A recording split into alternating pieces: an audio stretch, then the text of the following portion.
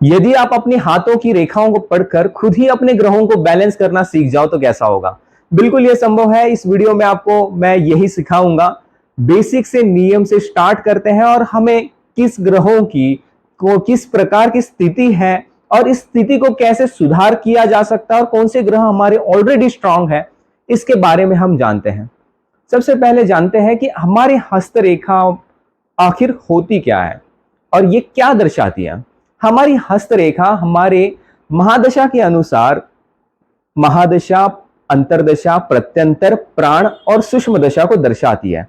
जैसे कि हमारे हर दिन में ग्रहों का कुछ फेरबदल होता है जिसके कारण हमारे जीवन में हर एक दिन नया होता है।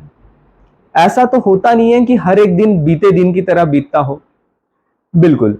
तो इसी प्रकार हम जानेंगे कि हस्त की रेखाएं किस प्रकार ऐसा कार्य करती हैं जो हमें दर्शाती है, एक प्रकार से हमें इंडिकेशन देती है कि हमें किस दिशा में कौन सा कार्य करना चाहिए। हस्तरेखा के बारे में हम जानते हैं, हस्त जिस व्यक्ति का कोई डेट ऑफ बर्थ टाइम या टाइम बर्थ वगैरह कंफर्म ना हो तो अगर उसकी कुंडली नहीं बन सकती तो उसको हम कैसे रीड करेंगे? उसकी हस्तरेखा से। हस्तरेखा के बेसिक नियम है। हमारे हस्तरेखा के अनुसार पहली जो हमारी उंगली होती है वो बृहस्पति की होती है, जिसको हम इंडेक्स फिंगर भी कहते हैं और तर्जनी उंगली भी कहते हैं। दूसरी होती है हमारी मध्यमा। मध्यमा को हम मिडिल फिंगर भी कहते हैं और ये शनि की उंगली होती है। और तीसरी होती है हमारी अनामिका यानी रिंग फिंगर, जो कि सूर्य की उंगली मानी जाती है। और चौथी होती है हमारी कनिष्ठिका यानी पिंकी फिंगर, जिसको हम बुद्ध की भी उंगली मानते हैं। और पांचवी होती है हमारी अंगुष्ठिका यानी हमारा थंब। तो इसके ठीक नीचे आप अपने पर्वतों को देख सकते हैं। कोई पर्वत ऊंचा होगा तो कोई पर्वत नीचा होगा, और जो नीचा होता है पर्वत उसके क्या फल है और जो ऊंचा पर्वत होता है उसके क्या फल है, क्या प्रभाव है, मैं आपको इस वीडियो में बताऊंगा। तो सबसे पहले जान लेते हैं हमारी मुख्यतः इस पर्वतों के बारे में। बृहस्पति का पर्वत बिल्कुल इंडेक्स फिंगर के नीचे होता है और शनि का पर्वत हमारे मिडिल फिंगर के नीचे होता है। और सूर्य पर्वत जो है हमारी रिंग फिंगर के नीचे होता है। और पिंकी फिंगर के नीचे बिल्कुल हमारा बुध का पर्वत होता है। और अंगुष्ठका के नीचे शुक्र का पर्वत और अंगुष्ठका के मध्य में अर्थात बीच हमारे हाथ के बीच के भाव में मंगल का पर्वत भी माना जाता है। और चंद्र का पर्वत हमारे इस भाग में माना जाता है और केंद्र राहु केतु का माना जाता है। और आप देख सकते हैं कि शनि पर्वत या फिर बृहस्पति पर्वत के पास से हमारी हमेशा भाग्य रेखा, लक्ष्मी रेखा आती है। तो इसके क्या प्रभाव है और किस दिशा में? आपने देखा होगा कि अपने हथेली में आपकी भाग्य रेखा आगे की ओर जाकर दो मुआ हो रही है, तो इसका क्या अर्थ है? और ये कभी कभी 3-4 जगह डाइवर्ट हो जाती है या फिर इसका एक त्रिशूल भी बनता है जो कि शुभ निशानी होती है। तो आप हम इसके प्रभाव के बारे में जानते हैं। अगर हमारा बृहस्पति पर्वत ऊंचा है तो इसके हमारे प्रभाव ये होंगे कि हम जहां पे भी जो कार्य करने जाएंगे वहां हमें मान सम्मान मिलेगा।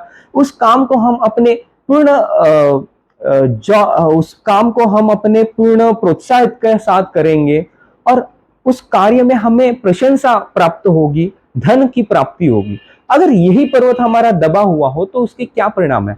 कार्य करने में आलस आना, या फिर किसी भी काम को आप जितना भी मर्जी अच्छे तरीके से करो उसमें आपको ना प्रशंसा मिलेगी ना कुछ आपको वहां पे धन अर्जित होगा। लाभ मात्र शून्य की भांति हो जाता है।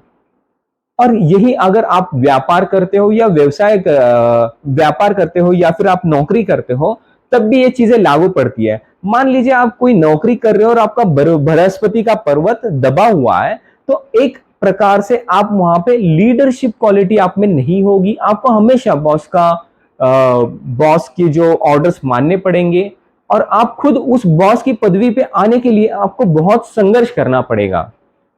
और इसको हम किस प्रकार से बैलेंस कर सकते हैं?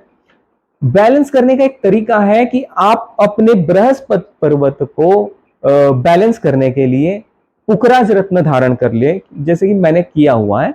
अगर आप बृहस्पति पर्वत को बैलेंस करने के लिए पुखराज धारण करते हैं तो इसके आपको काफी सारे बेनिफिट्स मिलेंगे, जैसे कि आपका मान सम्मान बढ़ेगा, आपका बुद्धि जो है वर्तमान स्थिति के का हिसाब से सही दिशा में निर्णय लेने में काम करेगी, जो कि हमारा कई लोगों के यही चीजों के कारण कमी होती है। मेन प्रॉब्लम यही होती है कि हम वर्तमान स्थिति के अनुसार निर्णय नहीं ले पाते यदि किसी का बुध सॉरी यदि किसी का बृहस्पति कमजोर हो तो, क्योंकि हम वर्तमान स्थिति में जो निर्णय लेते हैं वही हमारा भविष्य तय करता है। और इसको बैलेंस करने का दूसरा तरीका है, यदि आपका बृहस्पति नीचे का है या फिर वो आपको किसी पाप ग्रह के साथ बैठकर आपको पुखराज सूट नहीं करता या फिर बृहस्पति आपको सूट नहीं करता है, तो आपको क्या करना है, आपको यहाँ पे इस फिंगर में गोल्ड की रिंग पहन लेनी है, जिससे वो न्यूट्रल हो जाएगा। न्यूट्रल होने से उसके दुष्प्रभाव घट जाएंगे और वो शुभ प्रभाव देना शुरू हो जाएगा, जिसमें कि मैंने अपने लाइफ के एक्सपीरियंस में देखा है, इतना मैंने लगभग 12-13 साल के एक्सपीरियंस में मैंने देखा है कि जिसका बृहस्पति कमजोर होता है उसके विवाह में भी अड़चने आ जाती है या फिर उसका विवाह भी नहीं होता, और कभी कभार उसको अपने भाग्य में कई प्रकार की चीजों का सामना करना पड़ता है, जैसे कि कुछ चीजों की उसको प्राप्ति करने में काफी समय लग जाता है, जबकि वो कई बार उसको आसानी से कर सकता था परंतु वो कर नहीं पाता। और तीसरा उपाय ये है, अगर आप अपने बृहस्पति को अच्छी अवस्था में ले आना चाहते हो तो आपको करना क्या है कि आपने अपने इष्ट देवता वो होते हैं जो आपके फेवरेट होते हैं। फेवरेट अर्थात जैसे कि मान लीजिए मैं हमेशा महादेव को मानता हूं, मैं किसी भी प्रकार की समस्या हो या किसी प्रकार की मुझे खुशी हो तो मैं सबसे पहले महादेव का नाम लेता हूं। तो इस प्रकार आपके इष्ट देवता तय होते हैं। और इस कलयुग में, हालांकि इस कलयुग में कोई व्यक्ति गुरु बनाने के योग्य नहीं है या फिर ये गुरु मिलना कठिन है, अगर है तो गुरु मिलना भी कठिन है, तो इसीलिए आप अपने इष्ट को ही गुरु बनाइए, जिससे आप हमेशा मार्गदर्शन लेते रहेंगे और जीवन में वो हमेशा आपकी सफलता की दिशा में आपको मार्गदर्शन करता रहेगा। अपने इष्ट देवता को आपने जो भी बनाते हैं उसको आप बृहस्पतिवार के दिन पीले चंदन से उसकी पूजा करें और उसी चंदन को उसके चरणों में लगाकर उसी चंदन को उस चरणों से निकालकर अपने मस्तिष्क पे लगा लेना है। और आप कोशिश करिए कि ज्यादा से ज्यादा पीले वस्त्र धारण करने का आप कोशिश करिए। और रही बात आप किसी प्रकार की आपको और भी चीजों से समस्या है, यदि आपका बृहस्पति इतना कमजोर है कि आपका व्यवहार में प्रॉब्लम आती है, जिससे आप धन वगैरह आपने किसी को दिया हुआ है वो निकलने में समस्या आती है, जो कि आपका बृहस्पति वीक होने के कारण ही होती है, तो आपको पीले रंग का रुमाल भी अपने साथ रख लेना चाहिए। बात करते हैं हम शनि पर्वत की, जहां पे मैक्सिमम लोगों की जैसे कि शनि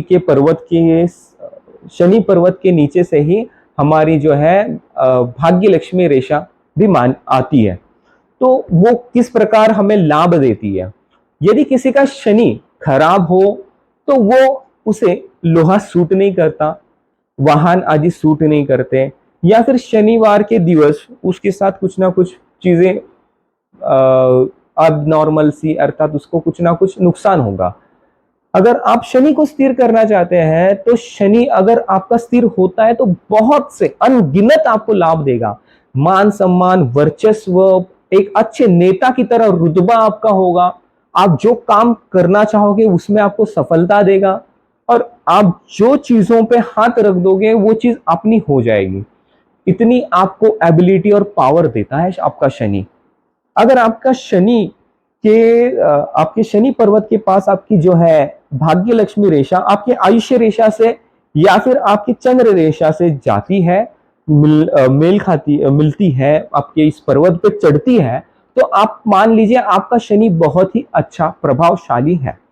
और ये आपका शनि पर्वत अगर आपका शनि पर्वत दबा हुआ है परंतु एक तरफ से ये उठा हुआ है, बीच में, बिल्कुल आपके शनि पर्वत के बीच में अगर आपकी भाग्य लक्ष्मी रेखा आती है तो आपके लिए ये शनि बहुत ही लाभकारक है, सॉरी लाभदायक है, और इसमें आपको बहुत से अनगिनत आपको लाभ देने वाला है। हालांकि अगर शनि बीच में, कई लोग इसको मानते हैं कि ये पर्वत उसका झुका हुआ है, परंतु आप इस चीज को समझिए, वो आपको क्या इंडिकेशन दे रहा है। वो चाहता है कि आप उसके हिसाब से चलो तो वो आपको सारी चीजें देगा।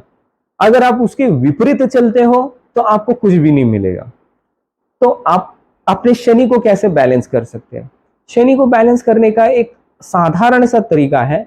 अगर आप अपने शनि को बैलेंस करना चाहते हैं तो शनिवार के दिन, जैसे कि नॉर्मली हर कोई भी शनि देव के दर्शन करने जाता है, मंदिर उन्हें पूजा प्रार्थना करने जाता है, तो उस समय आप जाइए भगवान के ऊपर, शनि भगवान के ऊपर तेल और तिल जो होते हैं उसका आप उनके ऊपर चढ़ाइए। और उसके अलावा आप किस प्रकार से शनि को बैलेंस कर सकते हैं? तो आपको शनि को बैलेंस करने के लिए किसी भी प्रकार का शनिवार के दिवस अन्न का दान करना चाहिए। शनि भगवान जो है ये कर्म के देवता है। आप जैसा कर्म करेंगे आपको उसी प्रकार से वो अपना फल देंगे। अगर आप शनिवार के दिन किसी छोटे बच्चे को हो या फिर किसी को भी जरूरतमंद व्यक्ति को अन्न का दान करना शुरू कर दे तो आपका शनि तत्कालीन उसी दिन से बैलेंस होना शुरू हो जाएगा और आपके जीवन में वो सुख समृद्धि से आपका जीवन भर देगा और आपको अनेक प्रकार के लाभ देगा। इससे सटीक उपाय मेरे जीवन में मैंने कोई नहीं देखा, जो मैंने एक्सपीरियंस किया है।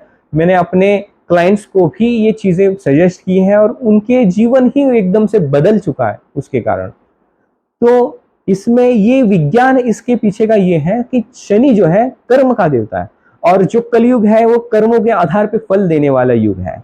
तो आप इस कलयुग में और इस शनिवार के दिवस अगर आप स्पेशली शनि को बैलेंस करना चाहते हो तो शनिवार के दिन अगर आप अन्न का दान करना शुरू कर दे, भले आप किसी को दक्षिणा दो या न दो उसका मतलब नहीं है, परंतु आपको अन्न का दान देना है। वो किस प्रकार देना है? आपको उस दिन, शनिवार के दिन, किसी भी प्रकार का कोई भी जरूरतमंद व्यक्ति दिखता है तो आपको सिर्फ, मान लीजिए आपके पास कुछ भी नहीं है देने के लिए, तो आप एक बिस्कुट भी का पैकेट भी उसको दिला सकते हो, क्योंकि वो एक अन्न का स्वरूप है। वो जाएगा तो पेट में ही, जो भूख मिटाने का कार्य करता है। तो इस तरह से आप अपने शनि को बैलेंस कर सकते हो और इससे आप अनगिनत लाभ उठा सकते हो। और बात करें हम सूर्य की, तो ये सूर्य पर्वत हमारे बिल्कुल रिंग फिंगर के नीचे वाला पर्वत होता है।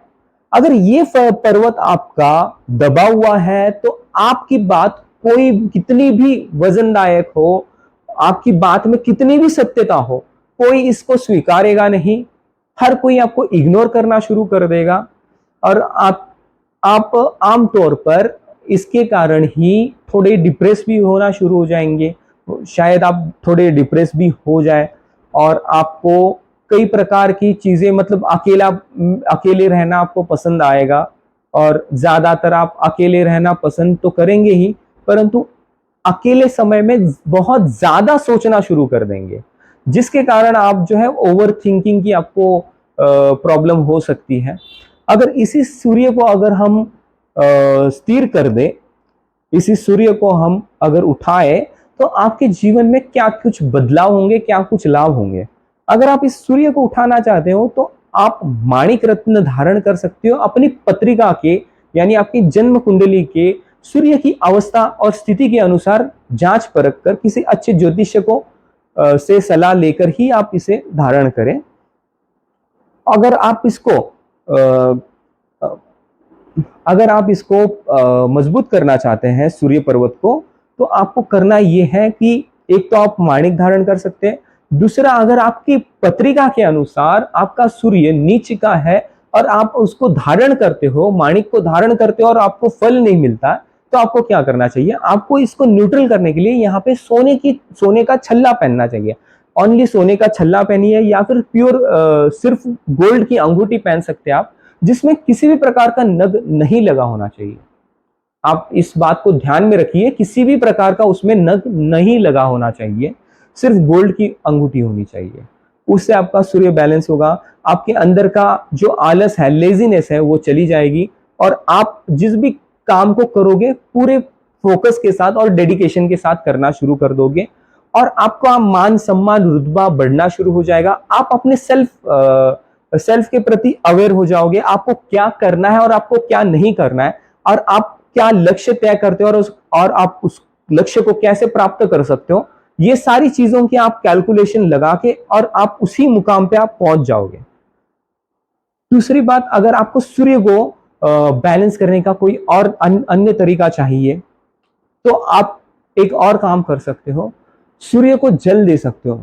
आप कहेंगे कि ये तो बहुत कॉमन सी बात है सूर्य को जल देना, लेकिन बहुत से लोग इसी में गलती कर देते हैं कि सूर्य को जल देने का उनको किसी भी व्यक्ति को समय ही नहीं पता कि कब उनको सूर्य को जल देना है।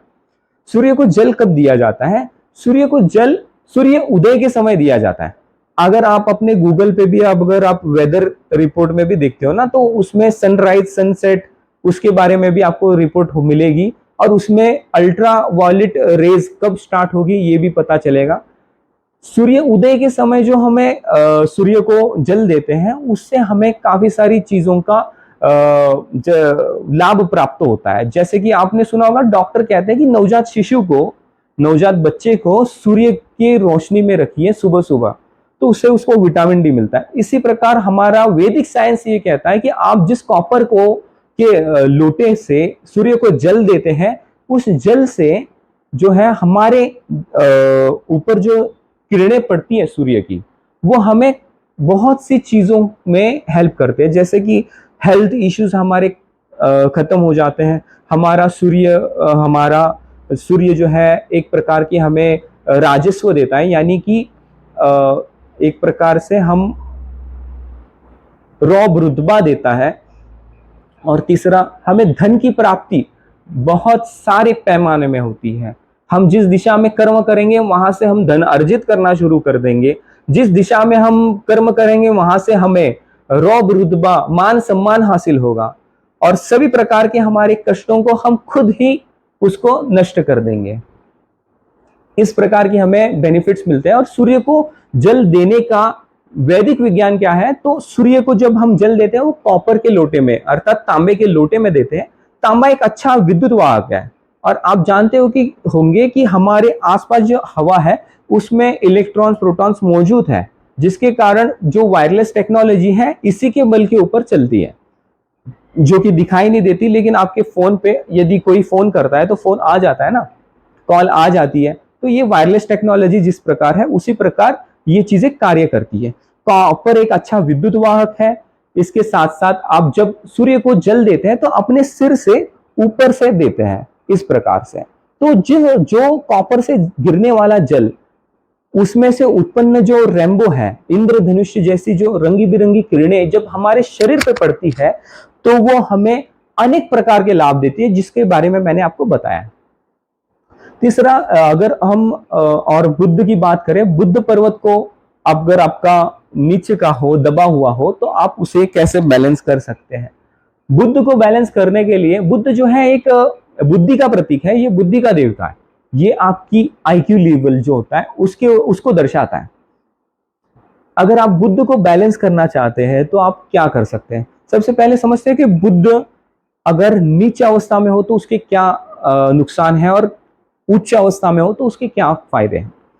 बुद्ध अगर नीचे का हो तो इस ऐसे व्यक्ति की शिक्षा अनकंप्लीट रहती है, ऐसे व्यक्ति की जो एजुकेशन है वो अनकंप्लीट होता है और ऐसे व्यक्ति में चतुराई चालाकी नहीं होती। उसको अपने लाइफ के बारे में भी वो खुद अपने निर्णय नहीं ले सकता, वो बस अपने किसी ना किसी व्यक्ति के ऊपर डिपेंड रहता है। वो हमेशा उनसे मदद मांगता रहता है, कहता है कि ये कर दो वो कर दो। इसके अलावा आप कह सकते हो कि जिसका बुद्ध कमजोर है उसके लाइफ के डिसीजन भी कोई और तय करता है कि वो उसके जीवन में क्या करेगा और क्या नहीं करेगा।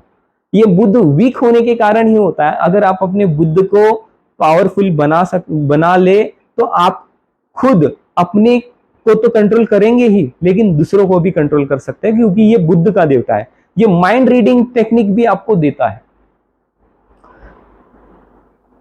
ये तो हुई बात बुद्ध के नीचे होने की। अब उसके उच्च होने से आपको क्या लाभ होता है? बुद्ध का उच्च होने से आपको, आपका ब्रेन जो है एक तत्कालीन निर्णय लेने में सक्षम रहता है। किसी भी प्रकार की विपदा आ जाए, किसी भी प्रकार की परिस्थिति बन जाए, उस पजल जैसी सिचुएशन में भी आप उससे बाहर निकलते हैं। इतनी आपको ये एबिलिटी देता है। और आपका बुद्ध इस प्रकार कार्य करता है कि जैसे आपने देखा होगा कि एक अच्छा होशियार व्यक्ति का जो आईक्यू लेवल होता है, उस प्रकार आपका आईक्यू लेवल बन जाता है। बुद्ध उच्च का होने से सरकारी नौकरी भी मिलती है, सरकारी पद भी प्राप्त होता है।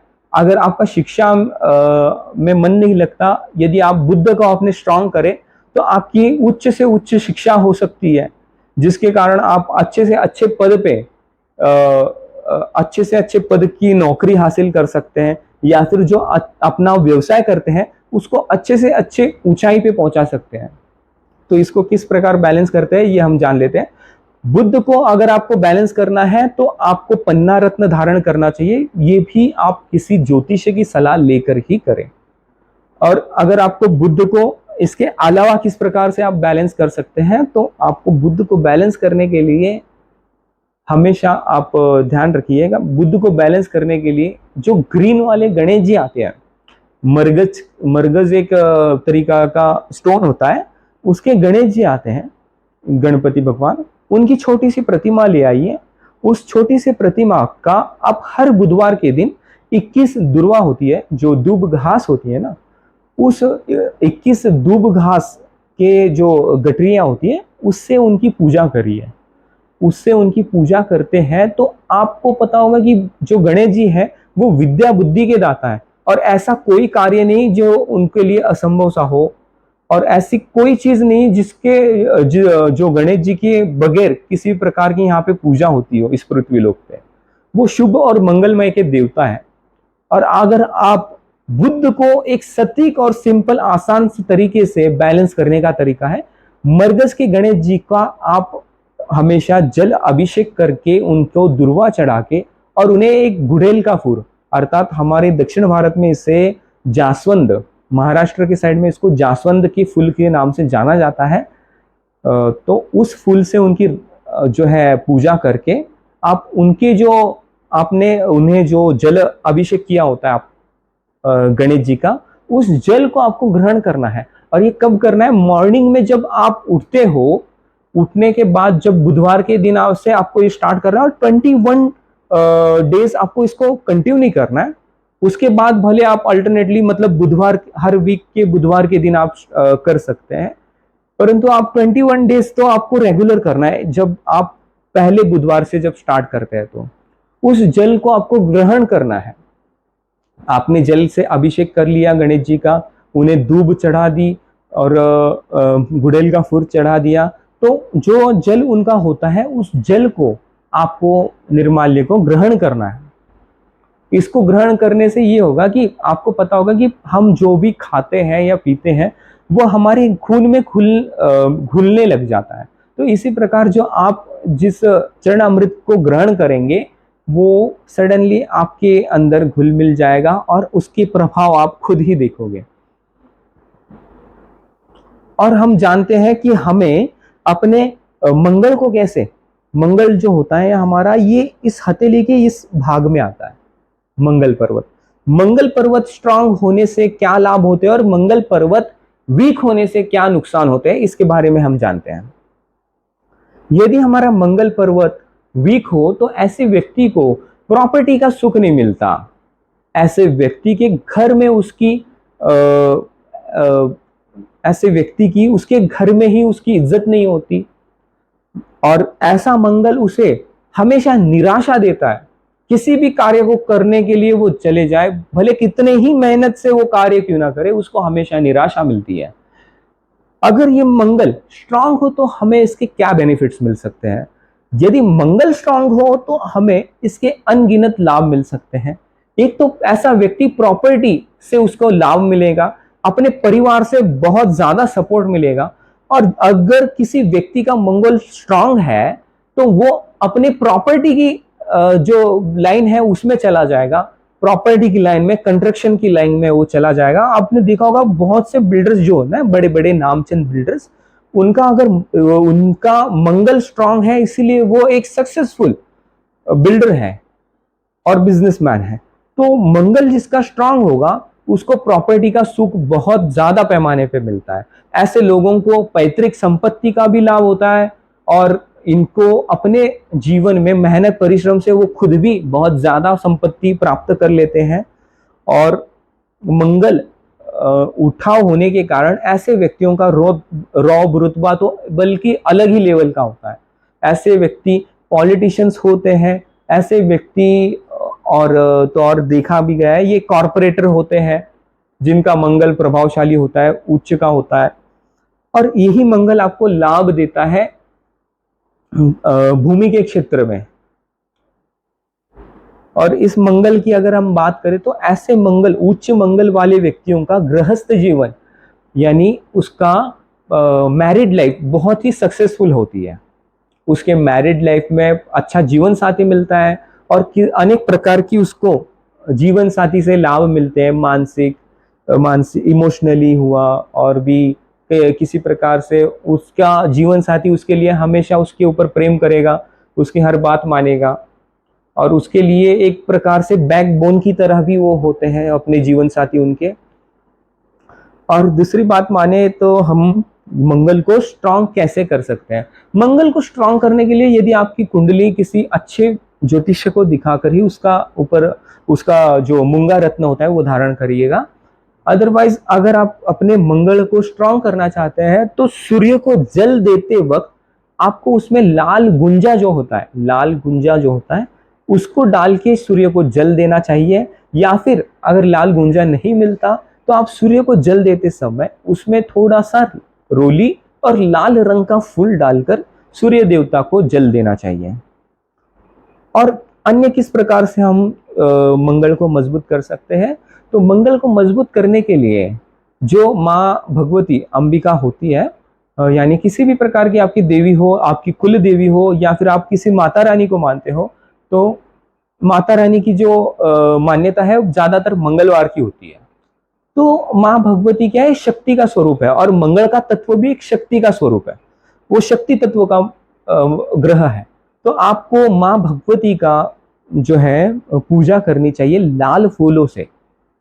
माता रानी की अगर आप मंगलवार के दिन लाल फूलों से पूजा करते हैं तो आपके लिए आपका मंगल बहुत स्ट्रांग हो जाएगा और आपको अनगिनत शुभ फल प्रदान करेगा। और आप मंगल को दो तरीके तो मैंने आपको बता दिए, और आप मंगल को और भी अच्छा तरीके से स्ट्रांग करना चाहते हो तो हर मंगलवार के दिन अन्न का दान करना बहुत अच्छा रहेगा। और अगर आप हर मंगलवार के दिन या फिर मंथ में कभी भी या फिर कभी मंथ में दो मंथ में कभी भी मंगलवार के दिन अगर आप किसी को लाल वस्त्र अर्थात लाल वस्त्र मतलब कि ब्राह्मणों का जो जोड़ा होता है, पति पत्नी के जोड़े का जो वस्त्र निकलता है उसमें आप उसको लाल साड़ी या फिर लाल कुर्ते का पीस ऐसा कुछ जो उनको दान करते हैं, और शीदा यानी अनाज दान करते हैं मंगलवार के दिन, तो आपका मंगल बहुत ही अच्छे तरीके से स्ट्रांग हो जाएगा। जो कि आपने पुण्य कर्म में ये आती है दान की चीजें, तो पुण्य कर्म जुड़कर आपको किसी भी प्रकार की कठिनाइयों का सामना नहीं करने देगा। अब हम बात करते हैं शुक्र को स्ट्रांग करने की। अगर शुक्र हमारा वीक हो तो इसके क्या प्रभाव पड़ते हैं और इसके अगर हमारा शुक्र स्ट्रांग हो तो इसके क्या लाभ होते हैं? यदि हमारा शुक्र स्ट्रांग हो तो हमें अनगिनत फेम मिलता है। मतलब फेम की दुनिया में मान लीजिए व्यक्ति जहां खड़ा हो जाए उसके पास भीड़ इकट्ठा होना शुरू हो जाती है। शुक्र एक ग्लैमर और लग्जरी का मालिक है। शुक्र जो है आपको इतनी संपत्ति देगा कि आपको उसका मतलब होश भी नहीं रहेगा, कि आपको पता ही नहीं चलेगा कि आपके पास क्या क्या है। इतनी ज्यादा सुख संपत्ति देता है शुक्र। और यदि शुक्र खराब हो तो इसके क्या प्रभाव पड़ते हैं? शुक्र खराब होने से आपकी किसी भी प्रकार से समाज में या घर में इज्जत नहीं होती, या फिर आप जिस भी क्षेत्र में जाएंगे लोग आपसे दूर होना पसंद करेंगे, आपके साथ नहीं रहेंगे वो। आपका विश्वासघात अनगिनत बार होगा। आप जितना जिसके लिए आप समर्पित रहेंगे वो आपके लिए हमेशा समर्पित नहीं रहेगा, वो आपकी अच्छाई का फायदा उठाएगा। और शुक्र लव लॉसेस भी दिखाता है। अगर आपका शुक्र कमजोर है तो आप अपने प्रेम के प्रसंग में विफल हो जाएंगे, और आपके शुक्र वीक होने के कारण ही आपको लव मैरिज आदि जैसी चीजों में कठिनाइयों का सामना करना पड़ सकता है। शुक्र प्रेम का, लग्जरी इस लाइफ का प्रतीक है। अगर आप शुक्र को, आपका शुक्र जब स्ट्रांग होता है तो आपको इसका ये भी प्रभाव मिलता है कि यदि जिसका शुक्र स्ट्रांग होता है उसको, उसकी लाइफ में उसको लव मैरिज मानी जाती है उसकी, और सक्सेसफुल लव मैरिज भी मानी जाती है। और ऐसा व्यक्ति काफी लग्जरियस चीजों का शौकीन होता है, अच्छे अच्छे ब्रांड्स का, गोल्ड का और ज्वेलरी का, हर एक चीज इंपोर्टेड और ब्रांड का शौकीन होता है। अच्छा मकान, अच्छी गाड़ी, अच्छे जेवर, हर एक चीज, अच्छी घड़ी, अपने एक्सेसरीज जो होगी उसकी अच्छी से अच्छी होगी। तो ऐसी चीजें जो है आपकी शुक्र आपको दिलवाता है। अगर आप अपने शुक्र को स्ट्रांग करना चाहते हैं तो आपको क्या करना चाहिए? आपको शुक्र को स्ट्रांग करने के लिए आपको हर शुक्रवार के दिन सफेद रंग के वस्त्रों को धारण करना चाहिए। और अगर आप ज्योतिष्य की सलाह के साथ ही जरकन या फिर डायमंड इस रिंग फिंगर में पहन लीजिए, जिससे आपका शुक्र स्ट्रांग हो जाएगा। और शुक्र का लाभ उठाने के लिए और आप क्या कर सकते हैं? श्वेत रंग के वस्त्रों को पहन सकते हैं। ज्यादा से ज्यादा जो आप कार या फिर बाइक यूज करेंगे वो व्हाइट रंग की होनी चाहिए। और हमेशा आपके साथ सफेद रुमाल होना चाहिए।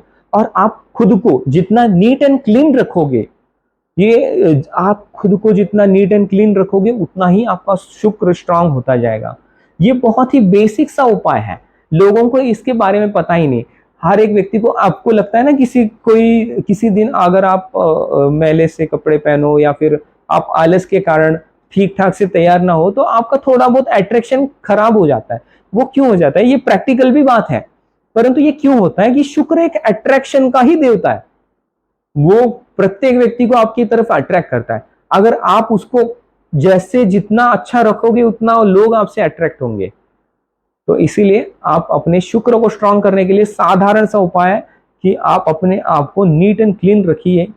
अगर आपके शरीर में दुर्गंध आती है तो उसके लिए परफ्यूम्स वगैरह यूज करिए, और आप नीट एंड क्लीन वस्त्रों को धारण कीजिए।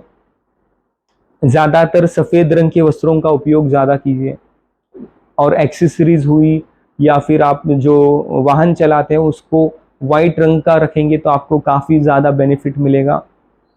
और शुक्र आपको अनगिनत, इसी उपाय करने के मात्र से आपको अनगिनत लाभ देगा।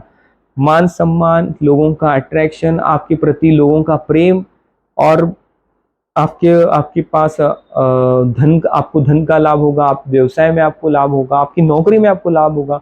सब लोग आपके प्रति आपसे अट्रैक्ट होना शुरू हो जाएंगे, सब लोग आपको पसंद करेंगे। अनगिनत लाभ देता है शुक्र। अब हम बात करते हैं चंद्रमा की।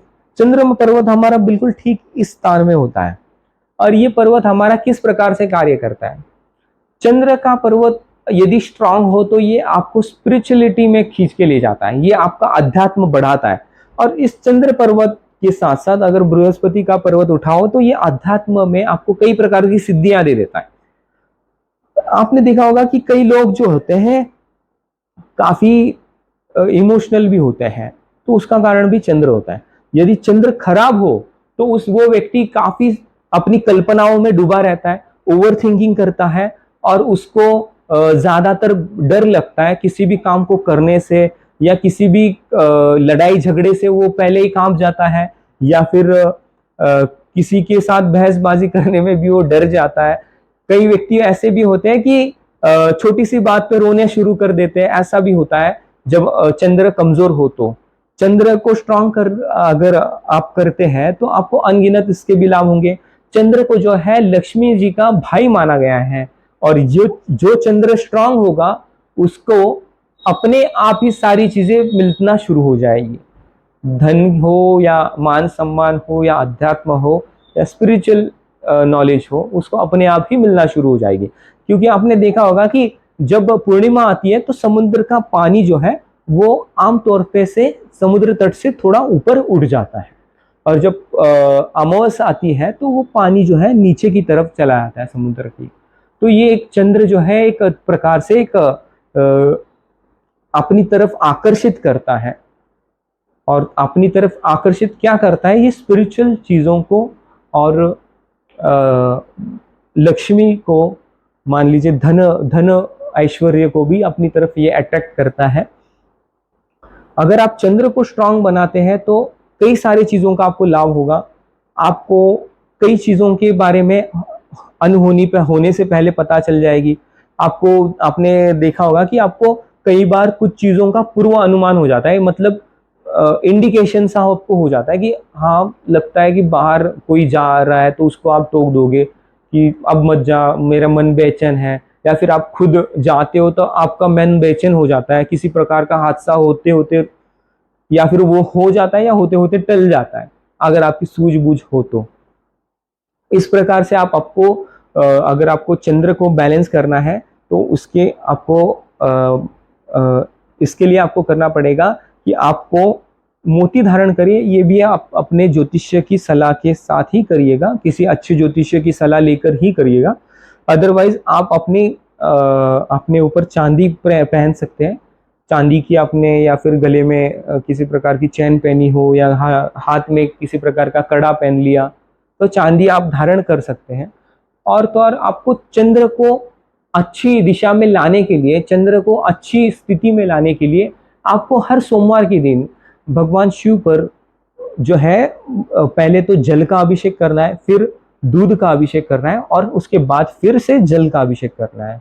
यहाँ पे सिर्फ दूध का अभिषेक मैंने कहा है, पंचामृत का नहीं कहा, दूध का अभिषेक कहा है। तो पहली प्रक्रिया क्या है, सोमवार के दिन जब आप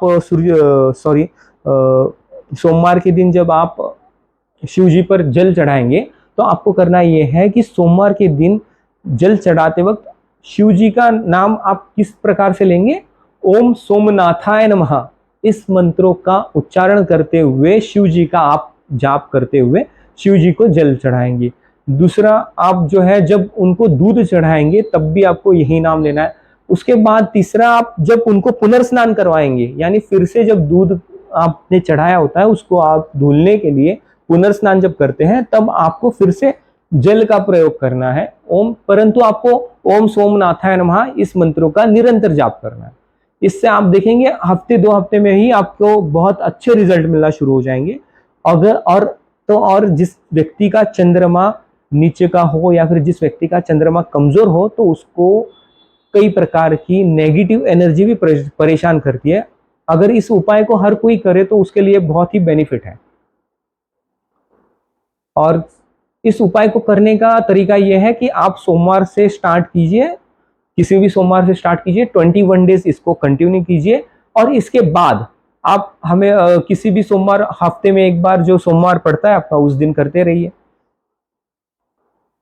इस प्रकार से हम इस ग्रहों को बैलेंस करेंगे। और राहु और केतु को बैलेंस करने का क्या तरीका है, आप चाहते होंगे कि राहु और केतु किस प्रकार से बैलेंस हो। यदि राहु कमजोर हो तो वो सट्टे जुए में हरा देता है, हमेशा गलत काम करवाता है। और केतु कमजोर हो तो वो हमेशा कई प्रकार की भय पैदा करता है, ऐसी स्थितियां पैदा करता है कि जिससे व्यक्ति हमेशा डरता हो, वैसी ही चीजें में उसको उलझा देता है। कोर्ट केस, कोर्ट कचहरी आदि जैसी चीजें जो है निर्माण करता है। और राहु केतु को बैलेंस करने के लिए आपको क्या करना चाहिए, जो गुरु शुक्राचार्य जो है वो उनके गुरु है।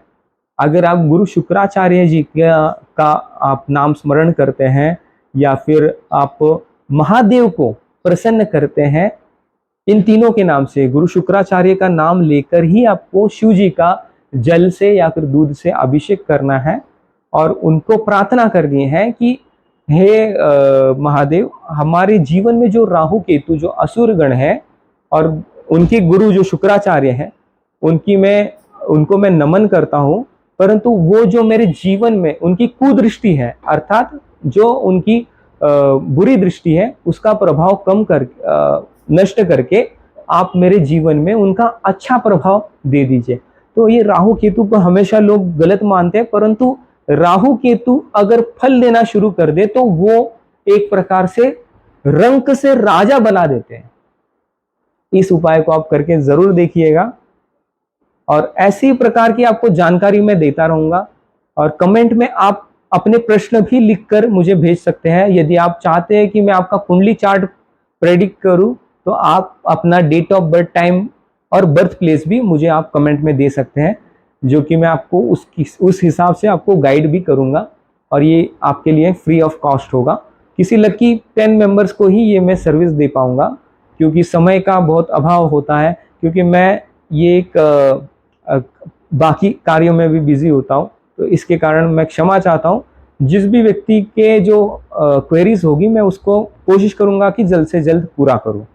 और हमारे साथ इसी प्रकार से जुड़े रहिए। मातृछाया ज्योतिष कार्यालय में आप सभी दर्शकों का हार्दिक स्वागत है और इसी प्रकार आप हमें प्यार देते रहिए, प्रेम देते रहिए, जिसके कारण मैं आपको भी किसी प्रकार की मदद कर पाऊं, ये मेरे लिए बहुत ही सौभाग्यजनक बात होगी।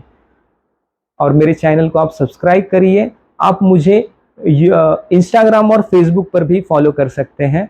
वहाँ पे भी मैं आपको शॉर्ट्स, वीडियो, रील्स आदि शेयर करता रहूँगा, जिससे आप अपने जीवन में किसी प्रकार की आपको समस्या होगी तो उसका समाधान आपको मिल जाएगा। और तो और इस चैनल पे आपको सिर्फ वैदिक विज्ञान से जुड़ी बातें मिलेगी और वैदिक विज्ञान से जुड़े ही आपको उपाय मिलेंगे। इसी प्रकार से आपका प्यार प्रेम देते रहिएगा। ओम नमः शिवाय।